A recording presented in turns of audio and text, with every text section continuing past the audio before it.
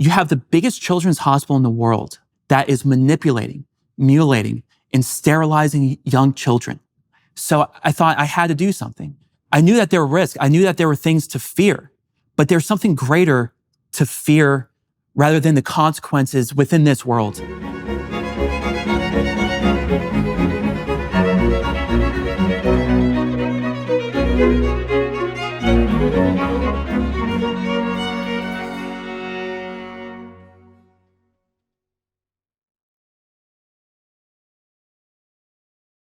Hello, everybody. I had the pleasure and the discomfort as well of talking with Dr. Eithan Haim today. And he is a general and trauma surgeon operating in Greenville, Texas. More relevant to this story, he's come out as a whistleblower recently against the largest children's hospital in the world in Texas. And so we discuss all that. Join us. Dr. Haim, start by situating yourself for everybody. Say who you are in your career, where you're working, where you're located geographically. Just contextualize this for everyone. Yeah, and thank you for having me on. My name is Eithan Haim. I'm a general and trauma surgeon in a small town outside of Dallas. I grew up in Florida. I have a brother and a sister, 2 parents, very close with all of them. I went to college in Florida and then medical school there as well. And I did my surgical training at Baylor College of Medicine in Houston, Texas. And, this was a big deal for me because it's one of the most prestigious surgery programs in the country. A lot of legendary surgeons have come from that program.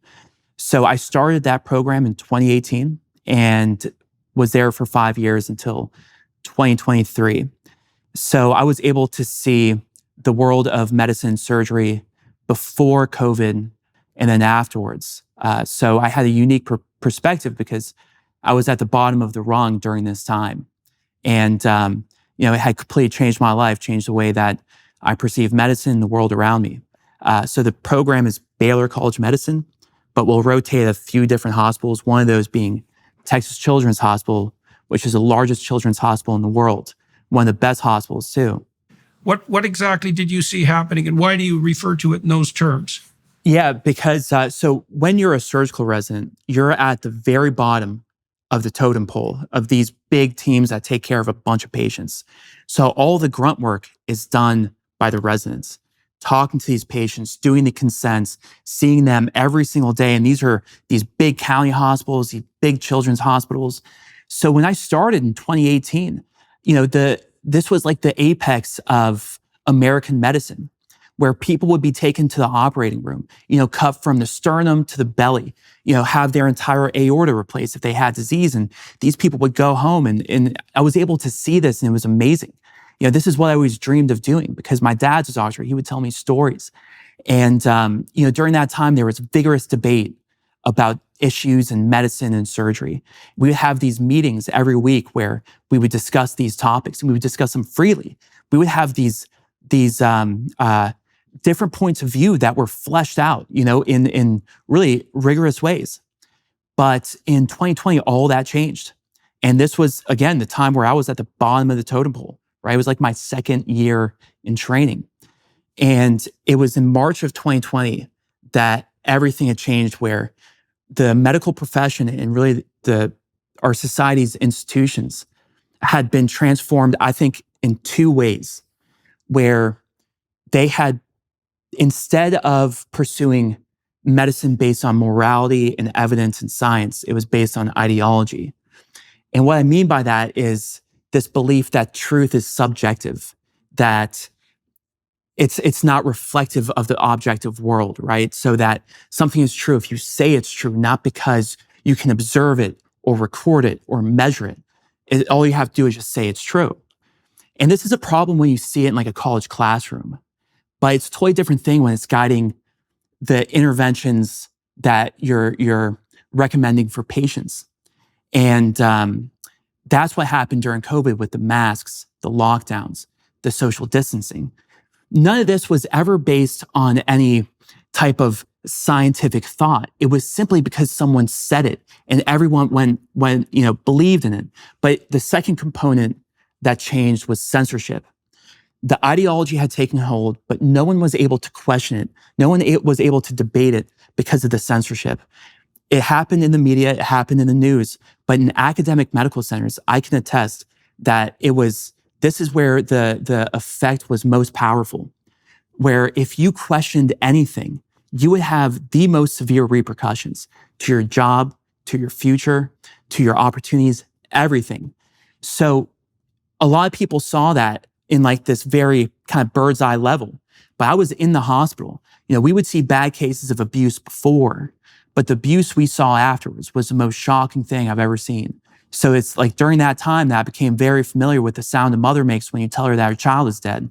That's a horrifying thing. So that was my first few years of training. Let me summarize that just to make sure that we've got it. So the case you're making, you talked about this, the dawn of something approximating a subjective theory of truth. And you say that things really changed in March 2020, and then you make a causal claim. You said that in the throes of the pandemic lockdown, there were hypothetically medical practices that were implemented that weren't based on evidence at all. The social distancing, for example, and the use of masks.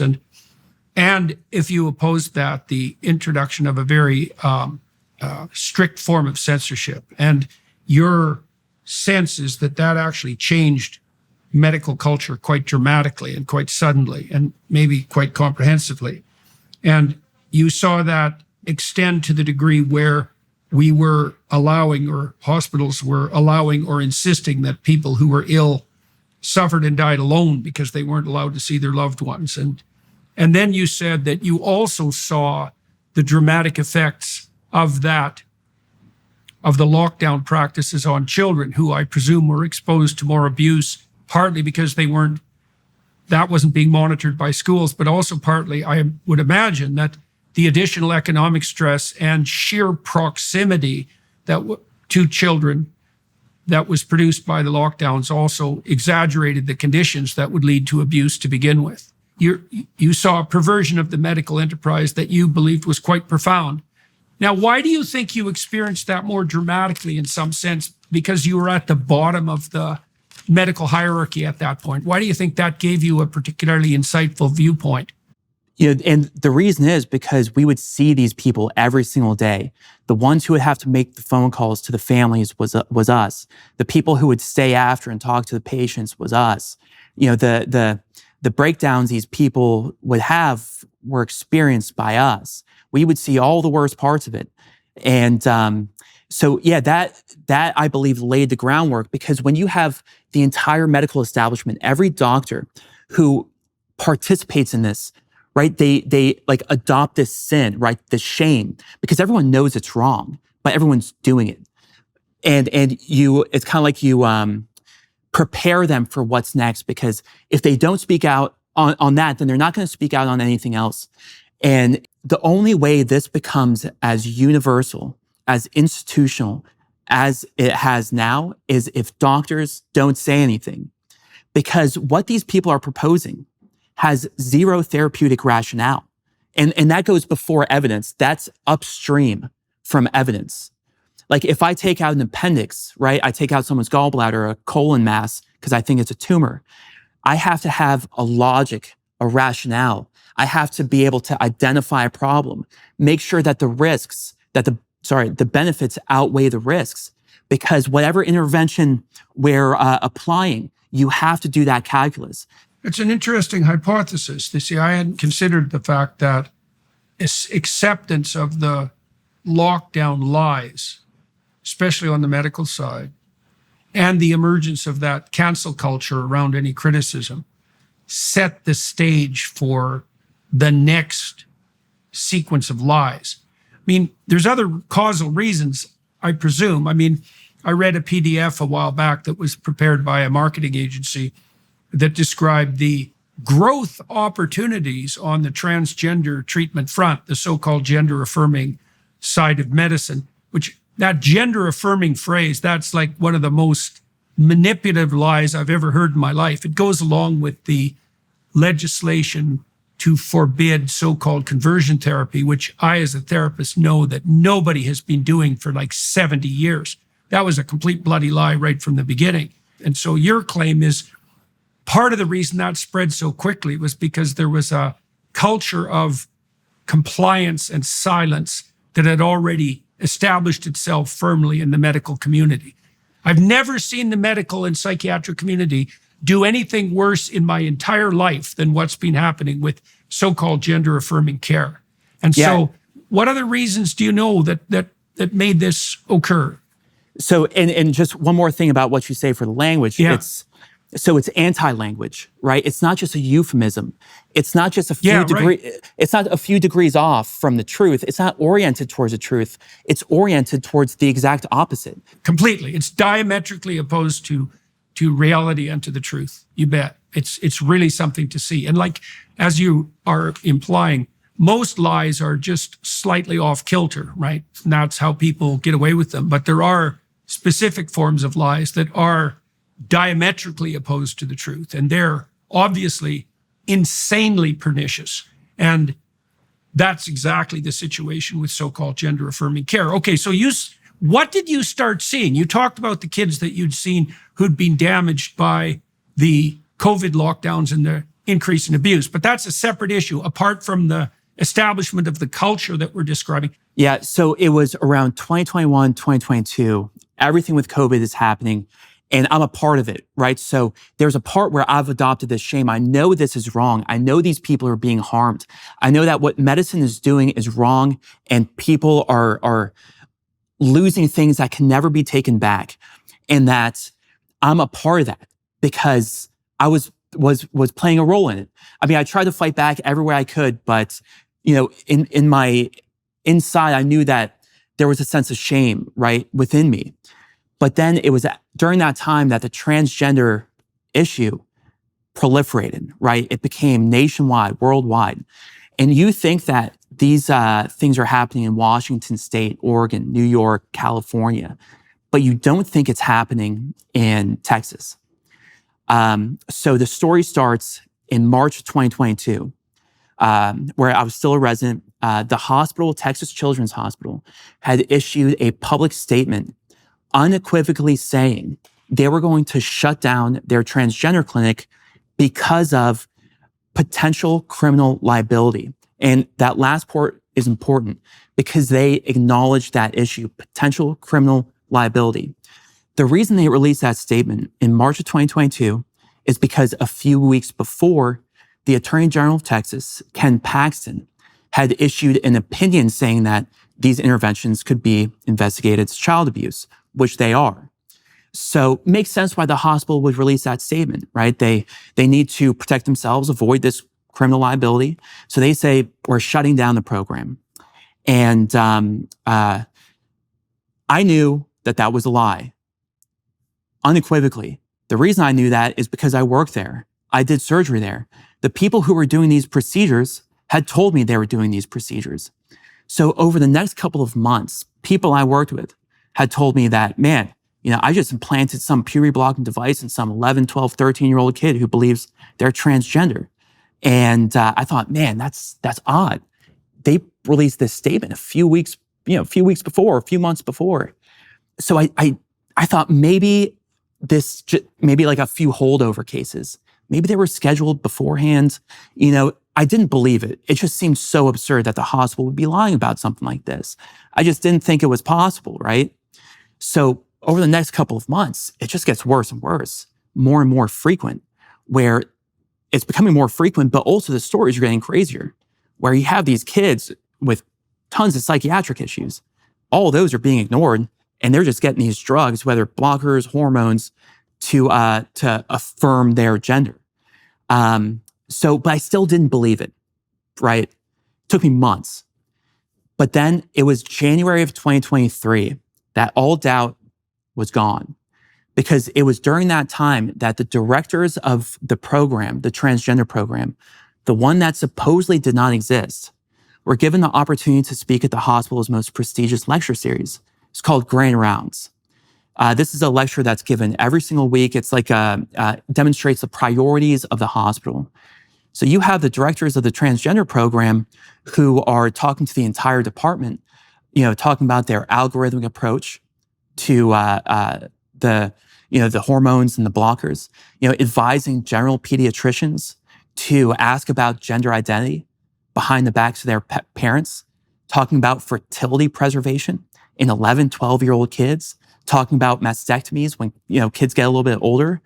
And that was mind-blowing. But then even there was a few weeks after that, there was a Zoom conference with a few members of the transgender program with a group of 150 medical students, right? Like a public Zoom conference where you had one of the social workers who talked about how they actively concealed the existence of the program from governing state bodies, right? Governing medical bodies by saying, instead of documenting consults, right? Or giving documentation to parents, she would defer documentation, like just call in consults or just tell parents.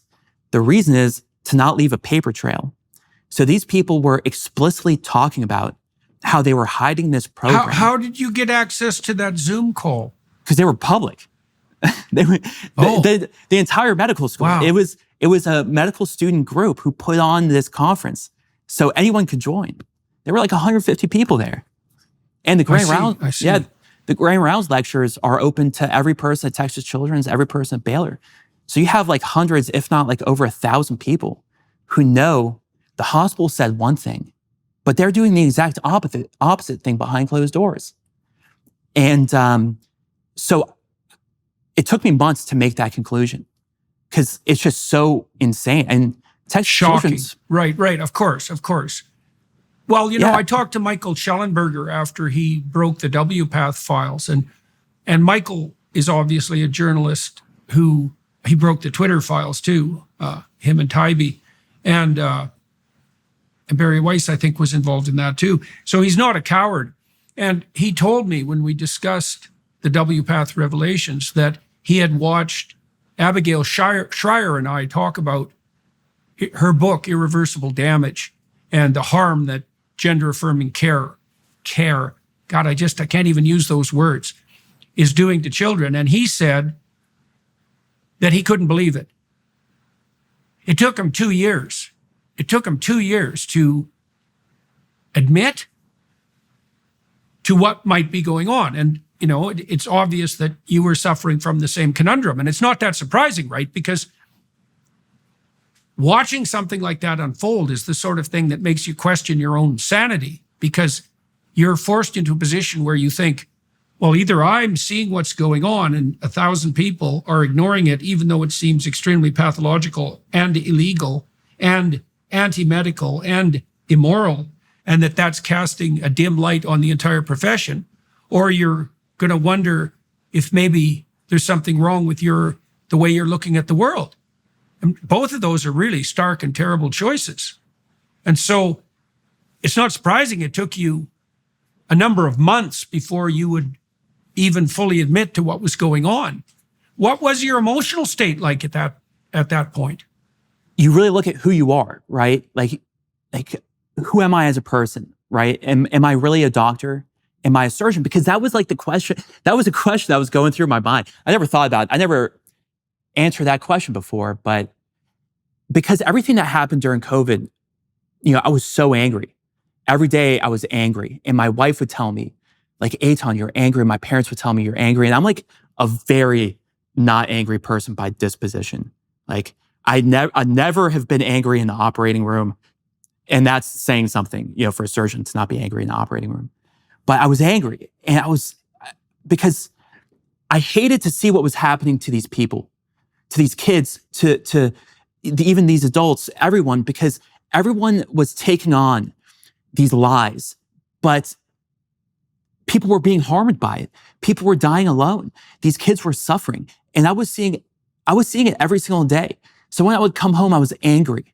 But what I realized is that I was angry with myself, because even though I'm at the bottom of the totem pole, like I still have a responsibility. If I'm a doctor, I'm a surgeon, I have to do something, because my dad's a doctor and he always told me, like, you have to take care of your patients. That's the most important thing above anything else. But he also said, you have to take care of the profession. You have to be a good doctor. You have to represent yourself well. And I thought about everything he had told me. And was I representing medicine? Like surgery? Like, was I being a doctor in that moment? I thought, if I don't do something about this, I could never live with myself, right? You have the biggest children's hospital in the world lying to the public about a program that is manipulating, mutilating, and sterilizing young children. You have probably hundreds, if not 1,000 people who know about it, and I know about it. So if I didn't do something, right? For my wife's pregnant. She's my kids. She's doing October. My first girl. She's gonna be a daughter. If when she grows up and she looks back, what is she gonna think of her father if I didn't do something and just let this happen? Because she's gonna know. So I thought I had to do something, and that was in January of 2023, where I thought, the reason I'm angry is because the shame within myself for not doing something. So, right? I knew that there were risks. I knew that there were things to fear, but there's something greater to fear rather than the consequences within this world. Sleep is the foundation for our mental and physical health. In other words, you've got to have a consistent nighttime routine to function at your best. But if you're struggling with sleep, then you've got to check out Beam. Beam isn't your run-of-the-mill sleep aid. It's a concoction carefully crafted to help you rest without the grogginess that often accompanies other sleep remedies. A bunch of us here at the Daily Wire count on Beam's Dream Powder to knock us out and sleep better through the night so we can show up ready for work the next day. Just mix Beam Dream into hot water or milk, stir or froth, and then enjoy before bedtime. Then wake up feeling refreshed without the next day grogginess caused by other sleep products. Dream contains a powerful all-natural blend of reishi, magnesium, L-theanine, apigenin, and melatonin to help you fall asleep, stay asleep, and wake up refreshed. And with it now being available in delicious flavors like cinnamon cocoa, chocolate peanut butter, and mint chip, better sleep has never tasted better. And today, listeners of this show can get a special discount on Beam's Dream Powder. Get up to 40% off for a limited time when you go to shopbeam.com/Peterson and use code Peterson at checkout. That's shopbeam.com/Peterson and use code Peterson for up to 40% off. Okay, so I've got 3 questions. Like, how many kids and adults do you think were affected by this so-called care during that time? How did you come to the conclusion about what to do? Because that's not straightforward, right? Not at all. And then what do you think was the higher order issue that was at hand that was compelling you to both feel guilty and to speak? Do you mind if I answer those in reverse order? Sure. Yeah. So in medicine, just like in anything else, the only way to live appropriately is to orient yourself by the truth, to live by the truth. There's nothing you can get away with. If you lie, you're going to pay for it. So that's the higher order principle that was in my mind that was driving that. But number 2 is something more physical, more granular, is that there were kids being harmed, that I could do something about it. There were children who were in imminent threat of being harmed. So, how many? Second question, a lot. I can't necessarily give you the exact numbers because what I saw was limited. Maybe probably hundreds, a lot. Okay. A lot. Okay. Yeah. Yep. But then your first question is, so I have this information, right? I have to orient myself towards truth, right? In order to live, but also to fix this problem. There's kids who are going to be hurt. And I have the information, but what do I do about it? Like, I'm a no one, right? I don't have social media. I'm very private. Like I live in a very small town now. So I thought, well, we have to find someone who can do something about this. So we just started reaching out to everyone and anyone who might do something about it. So it took us 5 months to get a hold of someone who would take this story. And we reached out like tons of emails. I just sent emails to dozens of people. Who's us? You said us. Just me. In terms of... Yeah, me. Yeah, okay, fine. Yeah. I just wondered, the reason I asked is because, and this is useful maybe for anybody watching and listening, is that one of the things that's useful to do if you ever find yourself in a situation like this is to see if there's a couple of other people around that you can trust, that you can ally with, because it's relatively easy to fire one person, and to pillory them, but it's a lot harder to do that with two, and it's probably impossible to do it with four. So, but you were doing this alone. And yeah. why do you think you had to do it alone? Because the American academic medical system is like East Germany. Like, no joke. If there was a colleague who kind of thought the same way, we would physically go to dark, quiet corners and talk about these things, right? But no, it's there is a culture of censorship and fear that is very, very real. And I can attest to it because I was there. I lived through it. It's unimaginable. So no one's going to do anything like this. And I wouldn't want to necessarily involve people, because, you especially we sacrifice so much to get to that point. I mean, many people would be, that's why it's so easy for doctors to say, I'm just not going to do anything. I'm going to stay silent, right? But their calculus is incorrect. So yeah, it was during that time I just would send emails to like news organizations I thought would be receptive to the story, or journalists. It took me 5 months because I think people just didn't believe me. Well, that may be part of the reason. The other part of the reason might be that they're in a culture that's the same as yours, because it's shocking. Look, I know what you're saying already to some degree. I mean, I'm being investigated by my college in Ontario for daring to question the gods of the transgender movement, primarily. And so I know how pernicious and pervasive this is, but I don't know the extent of it. And it could easily be that if it's a movement of silence that's infiltrated the medical and the psychological communities, that it's no better in the world of, especially in legacy media. In fact, maybe it's worse. And that could easily be the case. So who did you reach out to, just out of curiosity? And then who finally responded? Yeah, so I won't say the names of the organizations, but these are the conservative organizations who would take a story like this. So I want to be, I want to have a degree of charitable. It's charitable, yeah, because they may have not believed me. They had other things going on. Like, I get it, like I'm just some random guy who's like emailing them a bunch of times. Probably think I'm some weirdo. So yeah, understandable. Sure. But then after months, I finally get in touch with Christopher Rufo in like early to mid-May of 2023. And he demonstrated some interest in the story.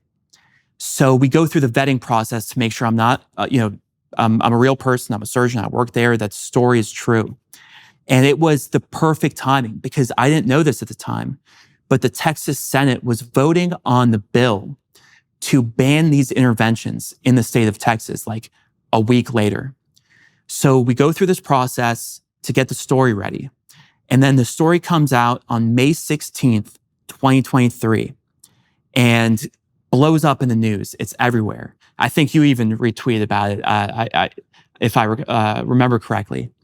But the story does exactly what we hoped it would do, right? I was the anonymous whistleblower. No one knew my name. The story had outlined how the hospital had lied to the public and not only continued the program, but expanded it behind closed doors. Within 24 hours of that story coming out, the Texas Senate passed that bill with bipartisan support, banning the interventions that we had exposed. And it was passed with bipartisan support, partly because our story came out the day before, because there were multiple Democrats who didn't know this kind of thing was happening in their districts. And the reason I know that is because I spoke with the guy who wrote that law, and he had told me that they had printed out physical copies of our story and handed out to every single member of the Texas Senate. So within 24 hours of our story coming out, the conduct we had exposed was voted to become illegal in the state of Texas. Yeah, well, it was probably the case too that the Democrats that you're speaking of and the Republicans as well, were also very loath to believe this. I've talked to many Democrat congressmen and senators, especially at the federal level. And especially the Republicans are often blind to what's really going on, let's say in higher education, in the medical schools, for example. They're 10 years behind the time or 15 years behind the time. But the Democrats are, I would say, willfully blind to the pervasiveness and danger of the radicals that are within their midst. They say, for example, that when someone like Kamala Harris says equity, that all she means is equality of opportunity, which is complete bloody rubbish. She uses a different word. And if she's not smart enough to know the difference, then she's too stupid to be vice president. That's for sure. And if she does know the difference, then she's too ideologically corrupt to even be a proper citizen of the United States. And so she's damned if she does and damned if she doesn't, as far as I'm concerned. And the fact that the moderate Democrats enable that kind of idiot ideology it's unforgivable. Okay, so you got a hold of Chris Rufo and he brought the story forward. You're anonymous at this point. It makes a legislative difference. What happens at the hospital? Bring us forward from May 2023. So I'm anonymous at this point. No one knows who I am. I'm so busy with surgery, it's like nothing even happened. A few days after that, another whistleblower comes out, someone who worked in the transgender clinic, who actually worked with these doctors and was horrified by what was happening. So this person comes out in another story released by Christopher Rufo. A few days later, the Attorney General, a few days after that, announces an investigation to the hospital. And then about a week and a half after, the CEO of Texas Children's says that he's going to shut down the program in accordance with SB 14. After that, everything goes quiet. That was May of 2023. I was getting ready to finish my residency, my surgical training, because that was my chief year of the program. So you're doing all this while you're not even completely finished your medical training. So this really is your introduction into modern medicine as it's practiced currently. I can't imagine how demoralizing that would be.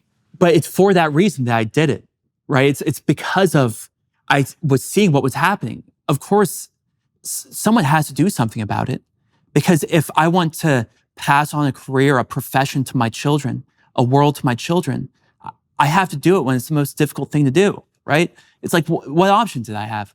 So, of course, but yeah, it's kind of funny you say that, because it was on the day of my graduation from surgical training that the next part of the story where it gets really wild. Because 5 weeks later, the day I'm graduating from surgical training, one of the most important days of my life, right? You spend all this time sacrificing. You miss all these important events. So it's a Friday, June 23rd. We have the ceremony in a couple of hours, about to meet with my family. My wife and I are just getting ready in our apartment when all of a sudden, I get an aggressive knock on the door. I think, man, that's weird. Who could this be? So I shuffle over, I open it, and standing outside are two federal agents with Health and Human Services. They show me their badges and tell me that they're investigating a case regarding medical records.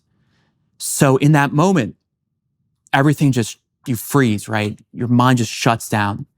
But in the back of my mind, in my cerebellum somewhere, I just knew they were there to make an example out of me, because I was anonymous. We were able to tell this story. A bill got passed. Another whistleblower came out. They had to shut down the program.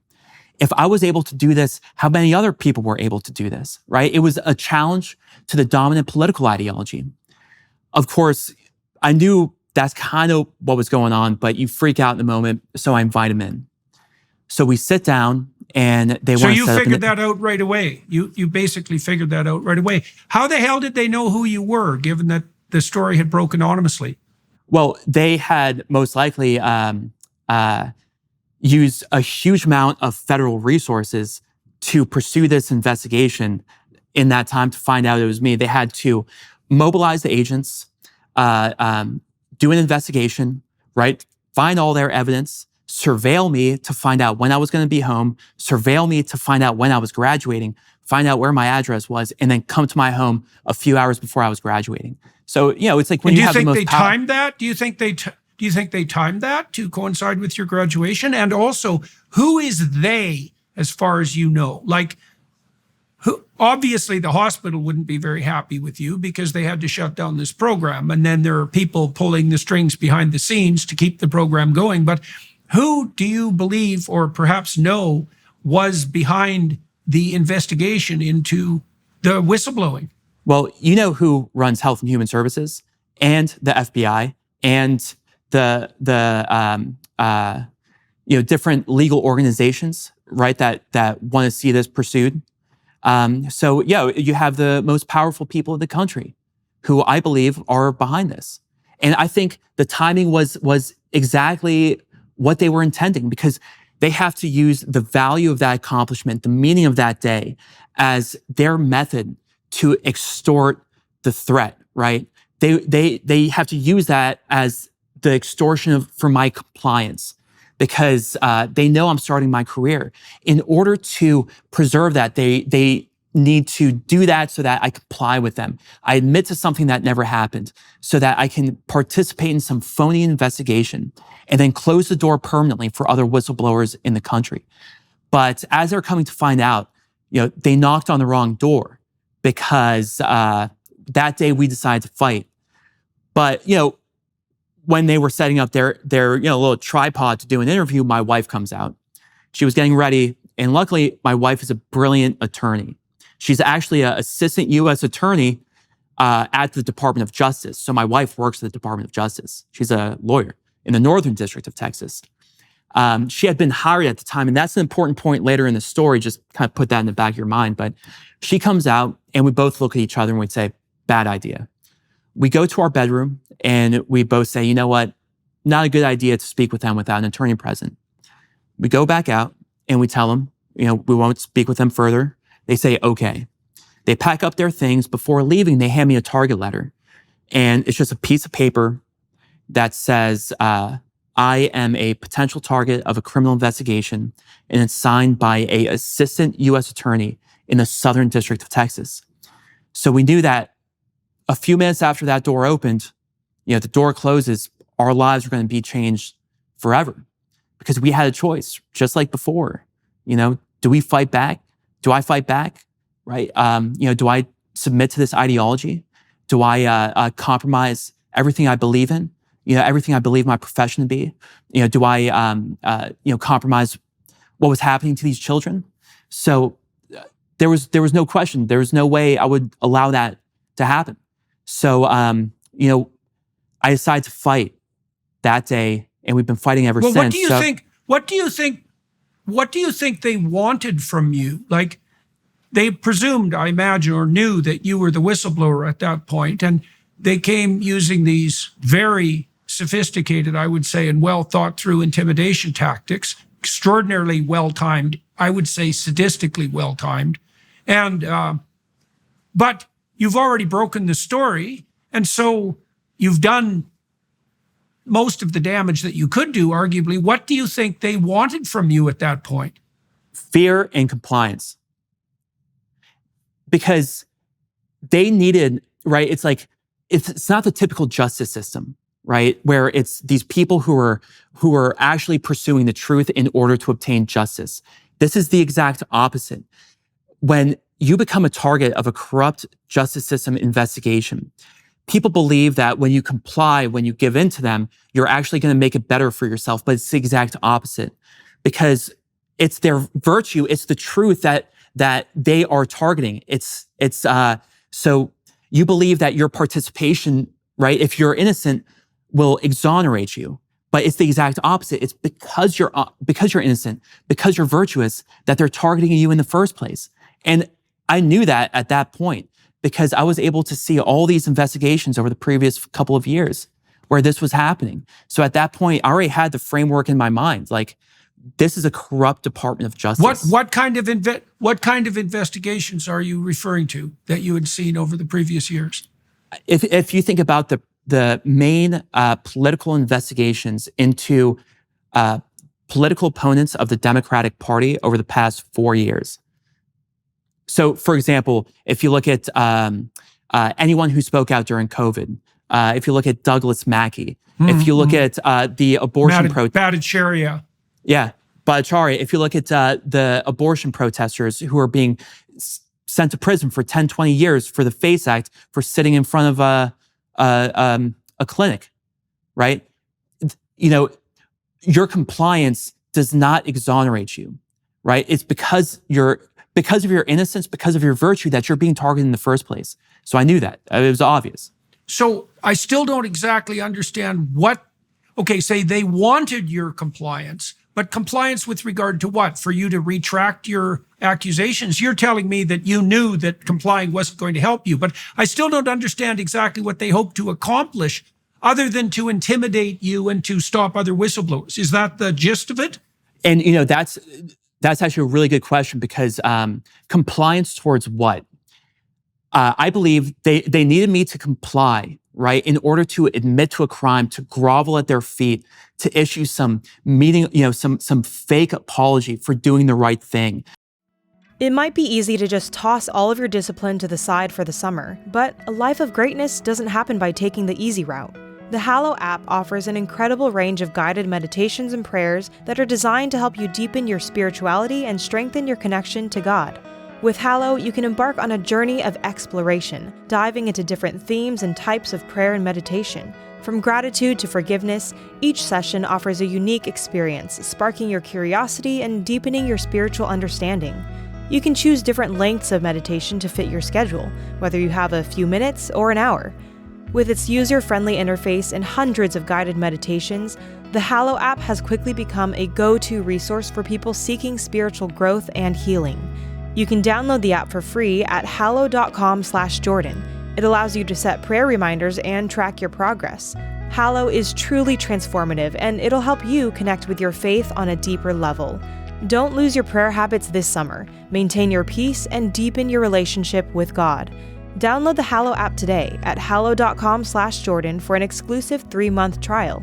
That's hallow.com/Jordan. So basically, outline for us what exactly the charges were. So I see. So they brought these charges forward to you, and the presumption was that possibly you could admit to them.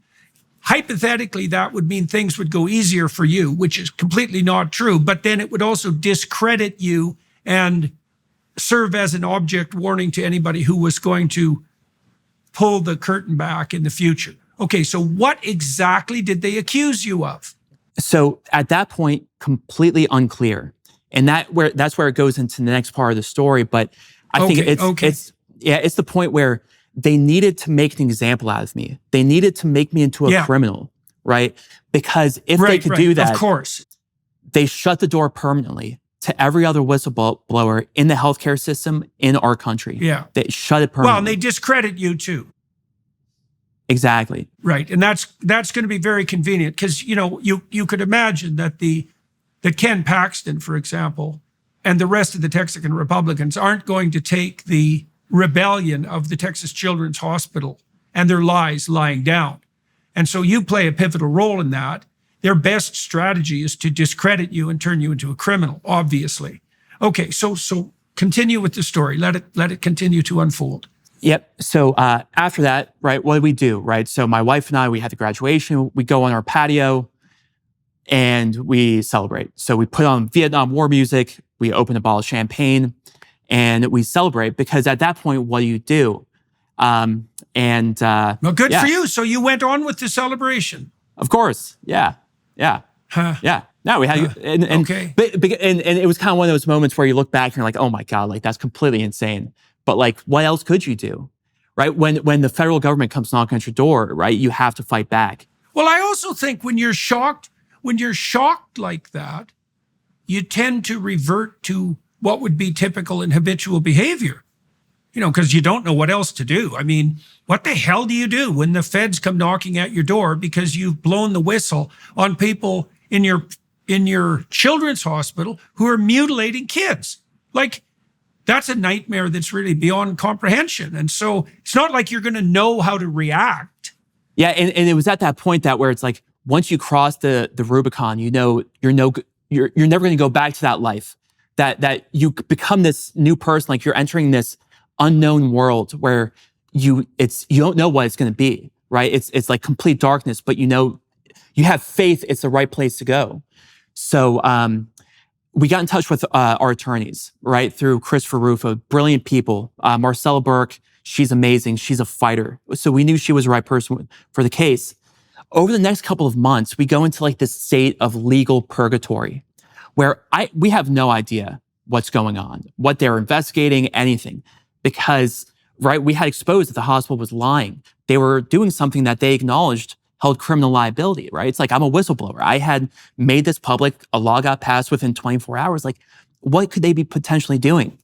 But it was over the next 6 months that the corruption we saw coming from the Department of Justice was so severe that I had no choice but to take this story public.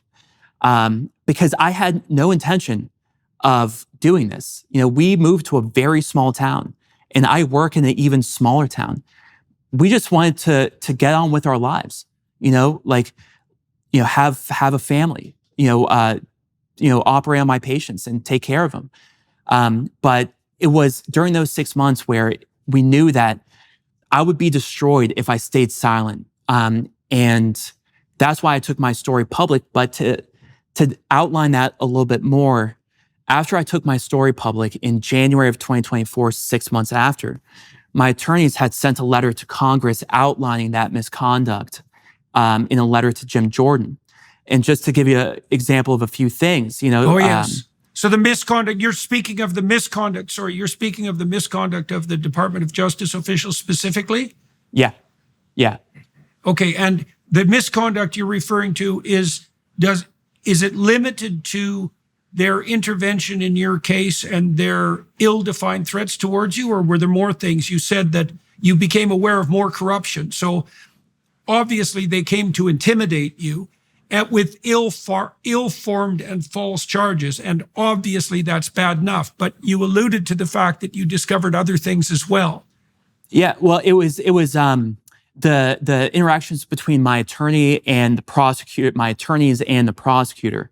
And it was so shocking that my attorneys felt obligated to blow the whistle themselves in this letter. So it was, for example, okay. Yeah, so the prosecutor, in this letter says that she was going to bring me to a jury trial, even if she was going to lose, even on a technicality. And what that means is, if there's no crime, then you just pursue it if you're going to lose. The implication being, right, the belief is that they're doing this to an innocent person because I had blown the whistle, right? So they were essentially telling us this. They had threatened my wife. My wife was undergoing a background check for the Department of Justice. And, during those instances, in this letter, it says that one of the first things that was brought up was that she says, well, I'm surprised Andrea would interfere with an investigation like this. She won't have any issues unless she continues to become a problem. And what she was referring to was my wife advising me of my constitutional rights. Not only that, it's also saying I had no right to blow the whistle. That for my job as a doctor, it was not my job to blow the whistle on what was happening. That if I had an issue, I should have just stood outside with a sign. And it was over those months where I made the conclusion, these people are going to come after me, no matter what I do. You said something very relevant. Is like, I told you earlier that Schellenberger had a hard time believing what Schreier and I had discussed.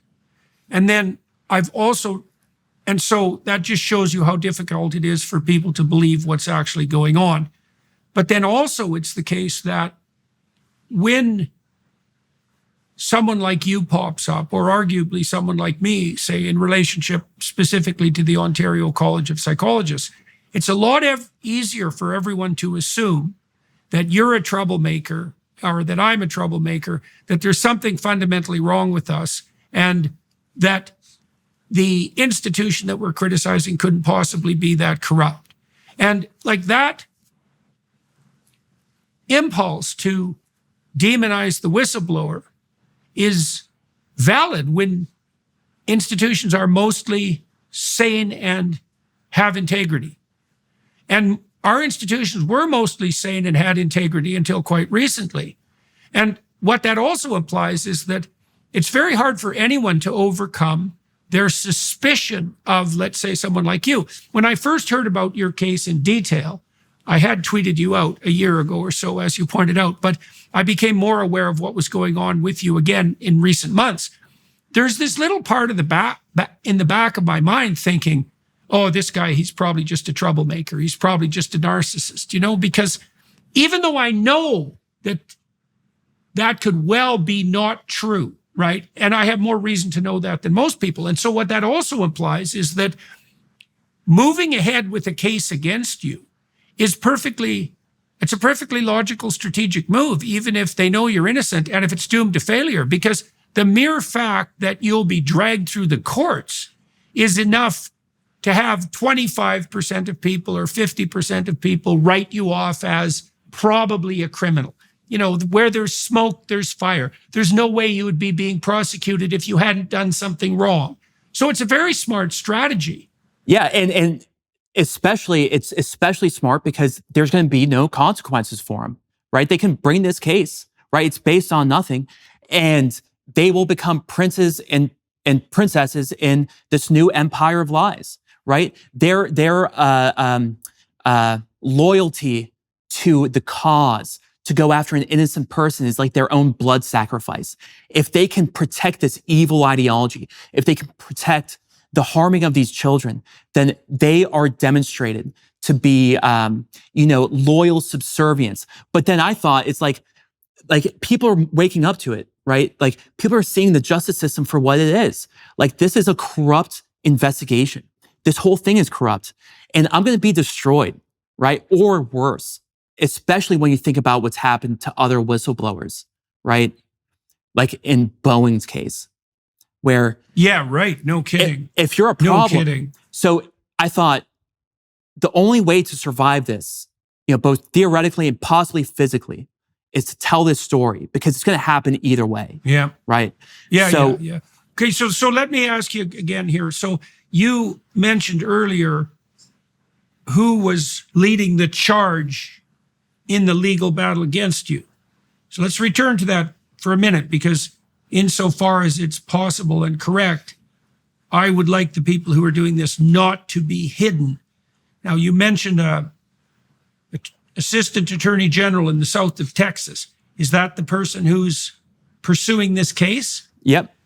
And people and can... Who is that? Yeah, who is that? People can find it. If they're interested, they can find out who that person is. Okay, fine. So we'll leave it at that. All right. And so why are you loath to make the name public now? I'm not going to press you. I'm just curious. No, just out of caution. Yeah, and also just for the... Okay. Yeah. Okay, that's fine. All right. So, and you mentioned I believe it was Paxton's, or maybe the Senate's proclamation that the practices that the Children's Hospital were engaging in could be construed as criminal.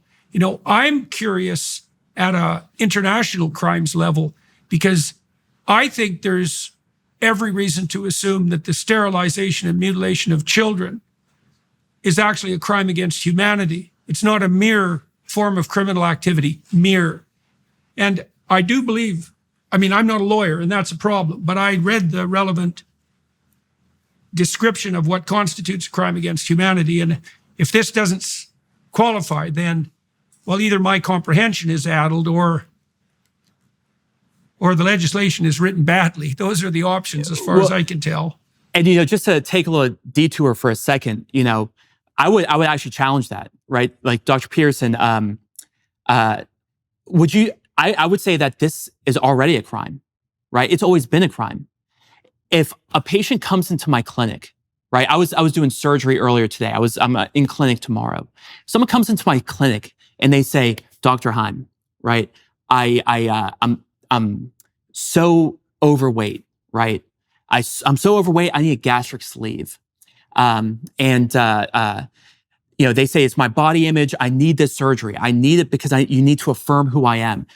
But they're skinny, right? And their BMI is like 15, right? Yeah. If I were to operate on that person and do a gastric sleeve, right, because they told me that, I lose my license, I go to prison. What's happening here is no different, but it's worse. Right. Yeah, so it's our Overton window. Our Overton window has shifted for this one single issue. Everywhere else, it's correct, but because this was infused with politics from the beginning, our Overton window has shifted. All we have to do is shift it back. All you already showed too, though, in your earlier description, is the Overton window for what constituted acceptable medical evidence shifted terribly during the pandemic. And that set the stage for this next sequence of lies. The fact that we've accepted the shift of that Overton window with regard to medical practice in this one domain means for sure it's going to shift in other ways, right? You can see this happening already. There are already papers being published in psychological journals disputing the validity of the diagnosis of borderline personality disorder, for example. And now it's not surprising that the borderline personality disordered people are pushing that agenda, because that's exactly what you'd expect from people with borderline personality disorder. But it's definitely an indication of the increasing politicization of the diagnostic and counseling clinical/medical enterprise, right? And so once you get some of that poison in the system, it's not going to just sit there. It's going to disseminate through the whole system. Okay, so now by this point, now you're in January, you've sent this letter to Jim Jordan. Walk us through the letter and then what his response was, if you would. Yeah, so the letter... And say who Jim Jordan is, too, for people, because not everyone will know. Yeah, so Jim Jordan is a congressman who is the chairman of the House Subcommittee on the Weaponization of the Department of Justice. He's a patriot. He's a great guy. We had released this letter. The letter had outlined this profound misconduct that the letter says that the prosecutor didn't even know the details of the case before sending agents to my home. Despite the fact that she didn't know the details of the case, she did enough research to find out my wife was undergoing a background check and use that as a threat.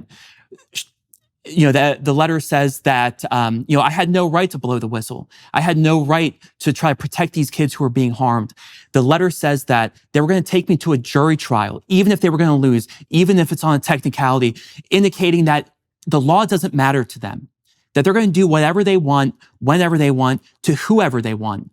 And it was at that point that I knew for sure, as an absolute fact, that I had to do something. So we sent that letter. That was after I took my story public. And the reason I took it public, as I said before, was because once you tell this story publicly, the corruption becomes self-evident. Because it's like what you said earlier, it's like when people hear it, like they naturally think, man, this guy's probably a criminal. He's probably a scumbag. But like, I wouldn't let them define the story.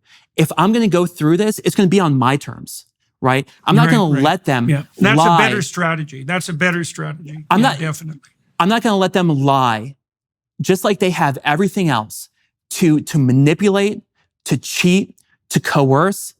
In this case, I have control, even though, everyone would think I'm like the one who's least in control. When you're the focus of an investigation by a corrupt Department of Justice, you think you're not in control, but you have all the control. Because the only way for them to maintain their legitimacy is through your compliance, right? But it's only through your compliance that you get destroyed.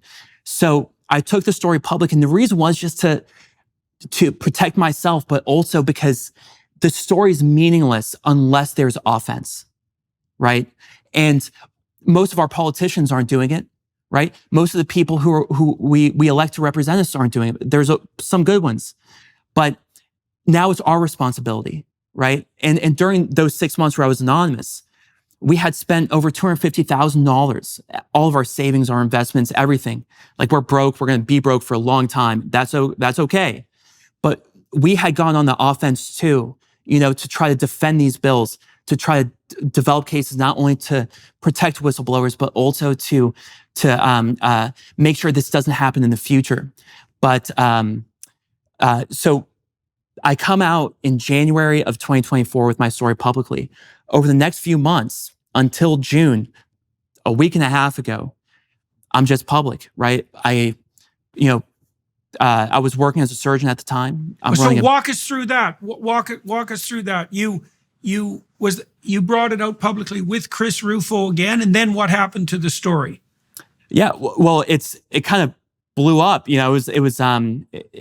Like my whole world kind of turned inside out in some ways, but then in many ways it was just completely normal because I go to work, I see my patients, I operate, and I just do that, and I'm very busy. But then there's this other world where it's like this thing is hanging over my head, where we still have no idea what's going to happen, right? But we wanted to be able to tell the story, right? To make sure that people knew the truth. So, I did interviews with Tucker Carlson. And who have you yeah. Okay. Yeah, like Carlson, who else? Tucker Carlson, Dr. Phil, John Popolo, Dad Saves America, Laura Ingraham. So many people, Stella O'Malley. And I know I'm probably missing a lot. Kyle Seraphin, the FBI whistleblower. Really, really good people. Gays Against Groomers, I talked to them. Really good people. And I actually got the WPATH Files before it came out from Schellenberger's team because it was a few months after. Uh-huh. Now, I believe that there are 4 specific charges pending against you now. Is that the case? And they have something to do with illegal access of medical records? Can you do us a favor and like steel man the charges against you so that we understand what case they're trying to build? What are they claiming that you did now? You said it was very amorphous to begin with and that the prosecutor hadn't even really reviewed the case before she sent the agents to your house. I presume that they've sharpened the case now. They've sharpened the dagger. And so I've heard that you're facing like a very high fine and actually a fairly extensive potential prison sentence, something in the neighborhood of 10 years. So walk us through that, if you would. Mm-hmm. Yeah, so over these 6 months, right, I have no idea what's going on, but June 4th, so not too long ago, 3 federal U.S. Marshals, heavily armed, show up to my door at 7 a.m., right? Another show of force. And hand They're me armed. Oh yeah, for sure. Yeah. Bulletproof vests, guns, everything. So they hand me an indictment saying that I am being charged with 4 felonies. This past Monday, a few days ago, the indictment was unsealed. Because I'm facing this trial, I can't talk about the indictment in any detail. Just out of caution, out of prudence. There's people can read it themselves, but the one thing I will say. Where would they find it? And then walk us through it. Yep. Unfortunately I can't go through the indictment, okay. But it's related to it's related to HIPAA. But the one thing I will say is that people can find it at like the US DOJ website. There's like a press release about it. There's stories written in different media journals. I can't think of anyone off the top of my head, but the one thing I will say about it, is my reaction to it, right? Because on Monday, when the indictment was unsealed, when I read it for the first time, I had 2 emotions, right? And the first one, it sounds odd, but it was vindication, right? Almost a degree of relief where I thought my heart was going to sink. But then I read it and I was like, oh my God, like these charges are as divorced from reality as the interventions they're trying to cover up. So it's, I had that same experience. Last Christmas, I have 13 charges against me. Now, they're not criminal charges, but they're charges that would culminate in me either being re-educated, which is what I'm hypothetically sentenced to now, or losing my license, right? So now, I had to review all 13 charges last Christmas. And that was quite an onerous task, as you can imagine. There's like 30 pages of documentation per charge. So that's like 400 pages of charges. And, I have a bit of a guilty conscience as a temperamental feature. And so I suppose I regarded myself the same way I might regard another troublemaker and think, well, maybe I did something wrong that I haven't paid attention to. And so I was leery about going through these charges. But what happened, it took me 3 days. What happened at the end was two things. I was relieved, and my jaw was dropped further open at the sheer magnitude of the incompetence and stupidity of my opponents. The things they charged me were, first of all, virtues. I came away from that thinking, oh, well, if these are the people I'm up against, fundamentally, there's no real problem. So I can understand your paradoxical emotion as a consequence of reviewing the charges, even though it's a pain in the neck and it's hyper expensive, as you've already discovered. And, they can do me reputational damage as they can do you. It's funny you say relief, because that's what it is, but because you look at it, you're like, this can't be real. But I don't think it's incompetence. It's not incompetence, right? Because there's no way the most powerful federal investigative agency on this planet can be so incompetent. This is intentional, just like in your case, right? And I knew, so at first, right, it's like I feel a degree of relief, vindication. This is a political prosecution, like I said. I knew it was the right thing to take this story public, to tell it so that people knew the truth.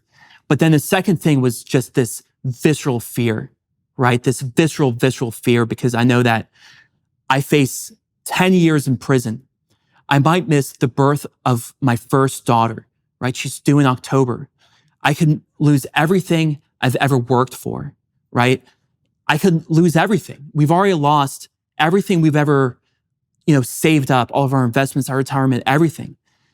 But the thought on Monday of standing in front of that judge, right, where, you have these other people who are in there, and then, these cocaine traffickers, and, some people who are pedophiles, and then I'm there too, right? And there's fear. There's a visceral fear. But then there's that, but there's also one thing more, right? It's like this fear of what happens if I don't fight back, if we don't push forward, the fear of kneeling to this ideology, of submitting to these corrupt, vicious people who want to take away all the virtues that makes this country great.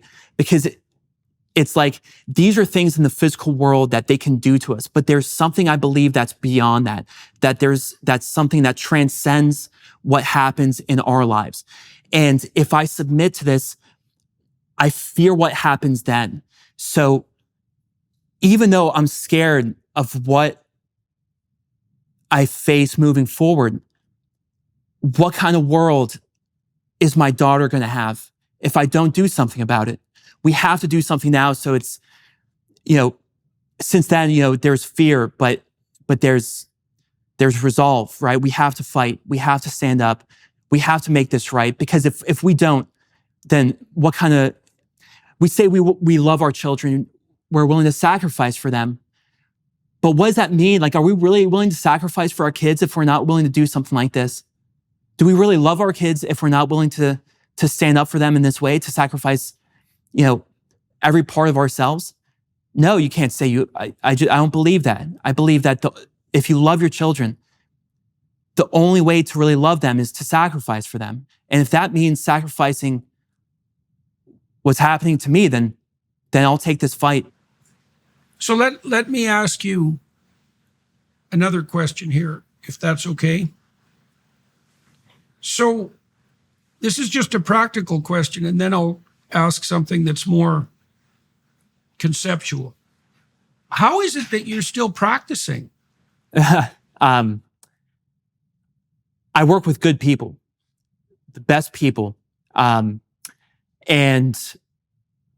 I'm a good doctor. I'm a good surgeon. Right before I did this interview, it might be hard to believe, but a very, very complicated surgery.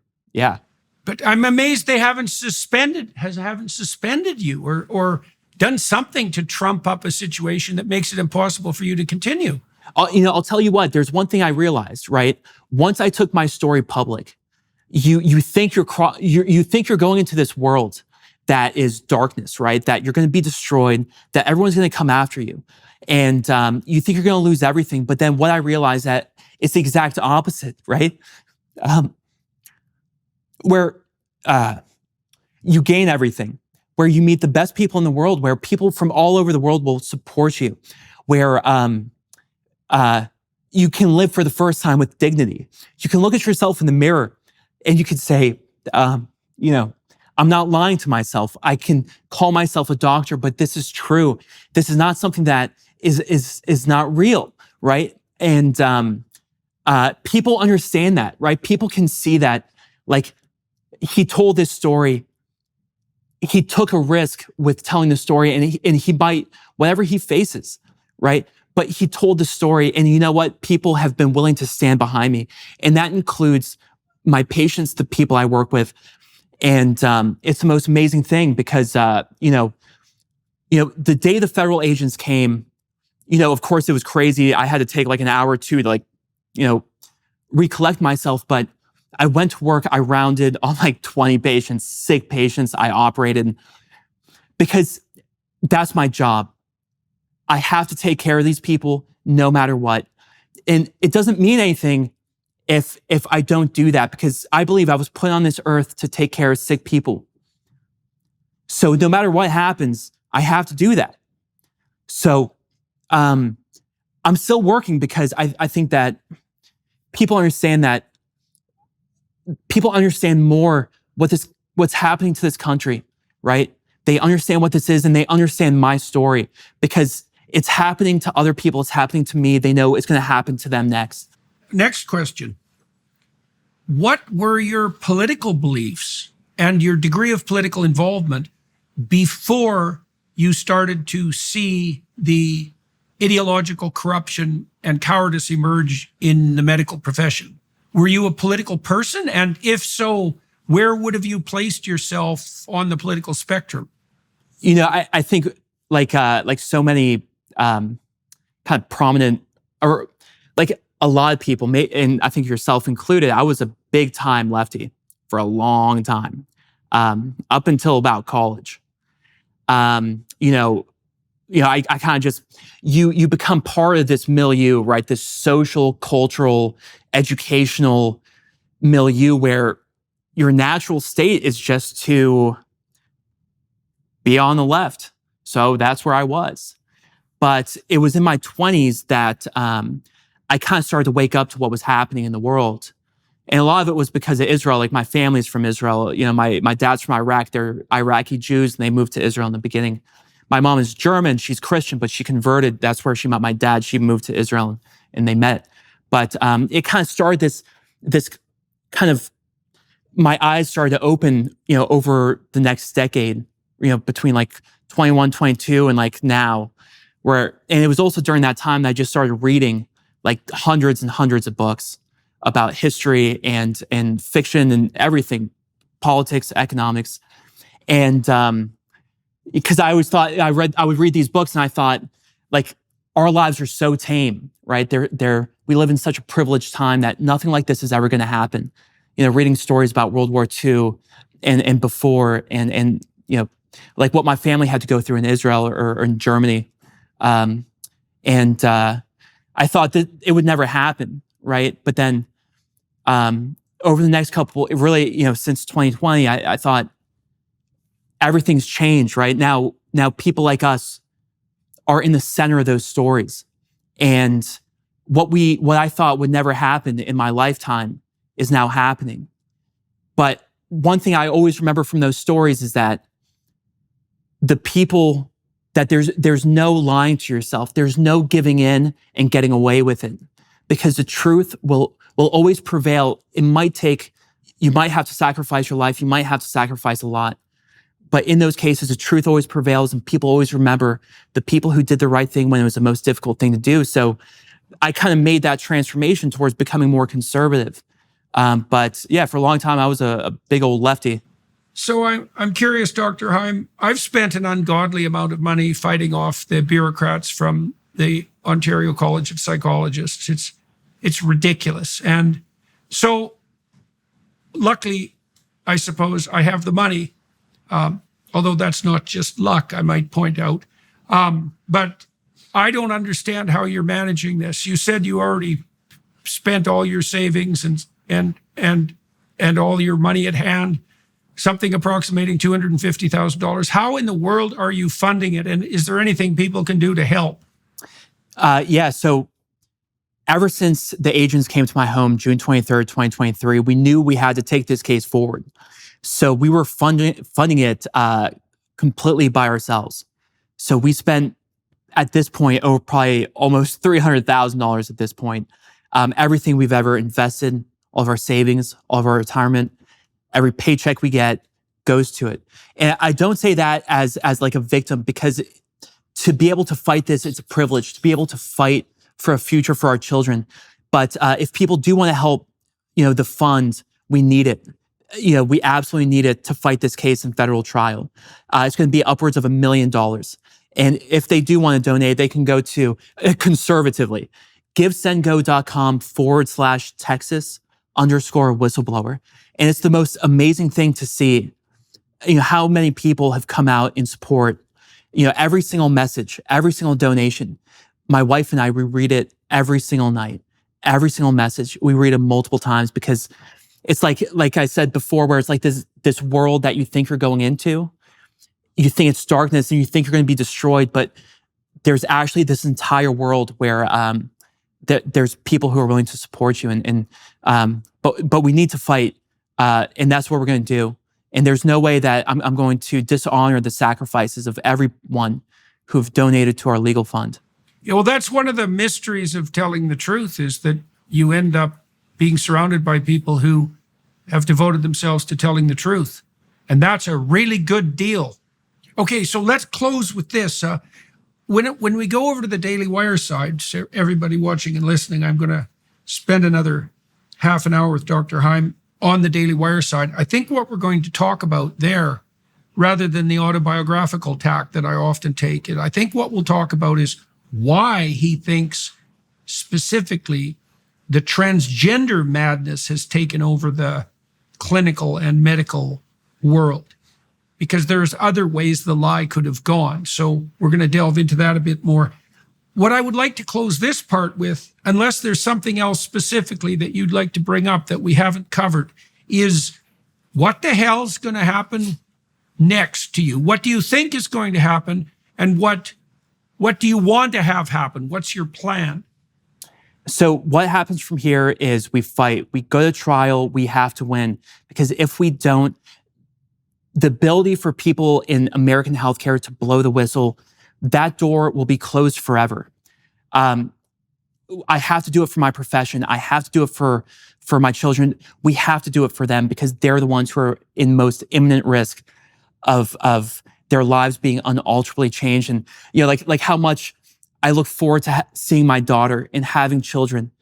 This is being taken away from them at the time when they least understand the ability, the implications of their actions, when they least understand the consequences. Okay, so you alluded earlier to something I just want to get straight. I think his name is Cenk Uyger. He's one of the Young Turks, particularly, well, we won't get into that. He claimed the other day on Piers Morgan that it's a very, very small number of children, if any, that this is happening to. But you made the case earlier in the podcast that at the Texas Children's Hospital alone, it was something in the run of hundreds that are at least being put on puberty blockers. And that's no trivial thing, that hormonal intermediation. The idea that that's fully reversible is absolute bloody nonsense. But do you have a sense of just what magnitude this problem is, and then of what the magnitude is in terms of the full movement towards surgical intervention, specifically among minors, let's say? I know that the diagnosis rate has gone way up. It's now at minimum thousands and thousands of children who are diagnosed with gender dysphoria, but this is more specific on the medical side. Being administered hormonal interventions, and then I know once that happens, the probability of progressing towards surgery is quite high. So what kind of numbers do you think we're looking at here? So I want to answer your question in two ways. So specifically the numbers, I would say hundreds of thousands. And it's important for people to understand that once these children are being put in this position, right, they become a chronic medical patient for life because puberty blockers are not reversible, right? And especially because by their own protocols, they shut off any exit ramp. They shut off any alternative because any alternative is prevented by the threat of their own suicide. They're blackmailed into one pathway forward. So they're not meant to be on puberty blockers for a short period of time. Like I would implant puberty blockers in kids who actually had precocious puberty, this early onset when they're like 6 years old, they start, having signs. But you take them out right when they become, 11, 12, 13 years old. But in this case, they're meant to block the entirety of puberty, then hormones, then surgery. But the reason we can't give you an exact number is because there's illicit uses of drugs over the internet. Right. For everyone. Right, yes. But then Yes. I want to answer your question in a second way, because those are numbers. Those are just statistics. After I took my story public, I got in touch with like this underground network of mothers and fathers in Dallas. These people reached out to me because they wanted to involve me in what they were doing. These are mothers and fathers who've had a child affected by this, people like me and you, right? Many of them are classical liberals, conservatives, but their kids have been taken in by this transgender ideology. And there was no network for them.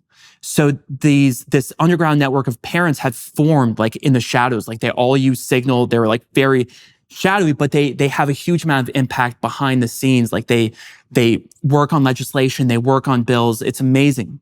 But I recently went to a meeting at one of their homes. I'm very close with one of them. I can't even say her name because none of them want to be public. But these people I've never heard stories like this. I mean, it's, but they would tell me stories about their kids and, whether they're in high school or middle school or if they're older, and how they got groomed by a counselor, a friend, someone online. And they come to him one day and say, I'm transgender. I need these drugs. And then a lot of them, they don't know what to do, right? And they lose their children.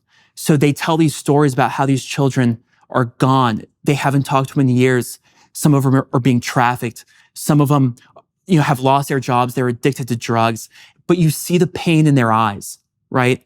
That the person they love the most is gone forever, that the things they wanted for their children is gone forever. So when Cenk Uyger says that this is only a few kids, first of all, that's not true, but these statistics, they have faces, right? This is a person. This is a mother and a father. This is a brother and a sister. These are people who've lost the person they love the most. And or this is a young woman like Chloe Cole who no longer has breasts and will never recover from her surgery. Yeah. Right. And it's not obvious to me how many children you need like that before actually you should pay a little bit of attention. And the answer to that might be one. Yeah. So only a few is not much of a bloody defense as far as I'm concerned, because none is the right amount. Like seriously. And when you see every surgery, it's not just the surgery. Surgery is horrific enough, especially for healthy breasts. I do these surgeries and we do it for cancer, right? We do it for a reason. And to think that I would take a patient to an operating room with healthy breasts and just take them off is horrific. But it's the surgery itself, but it's everything that comes after that. And that's why I learned from these parents, because it's the day-to-day of anguish, of depression, of like this existential crisis of never knowing who you are. And your family goes through that suffering too. And they're put on this road from the very beginning, from their 11, 12 years old. And it's like, one day they wake up, they look in the mirror and they think, what's happened to me? And the people who were supposed to love me were the ones who were supposed to protect me. But these were the people, the ones who were... But there's that on that too. See, one of the things I found most reprehensible about all of this, the biggest lie in all of this was, well, would you rather have a live trans child or a dead child? Right? This insistence that to parents that if they dared voice opposition to this absolutely barbaric and unconscionable medical process, that they were basically dooming their children to death.